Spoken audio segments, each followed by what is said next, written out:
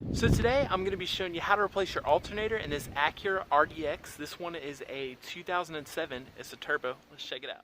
As always, first thing we want to do, disconnect your negative battery cable. Then we're going to come over to this coolant reservoir. This little piece will be plugged in right like that. You're going to use this tool to pop that out, and then we're going to lift up and this guy will pop up and out of our way. That's going to give us a lot more room to work with our alternator.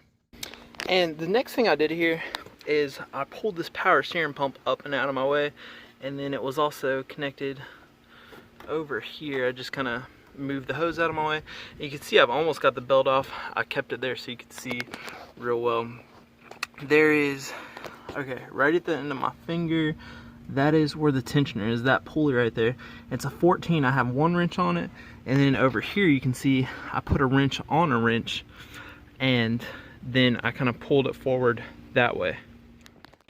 And here's a closer up demonstration of what that looks like. You take this and you hook them on there like you just saw me, and then now you can see you can push and it's like an extended wrench there.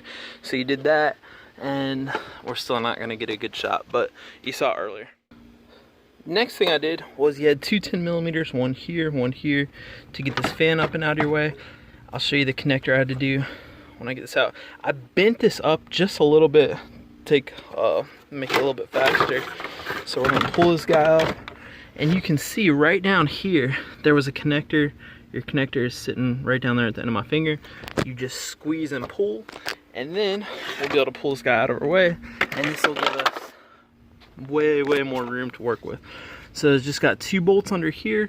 You got your one bolt right there. You got your squeeze and pull right here. Let me see if I can just do this real quick. I usually try and make it really fast by doing it without, there we go.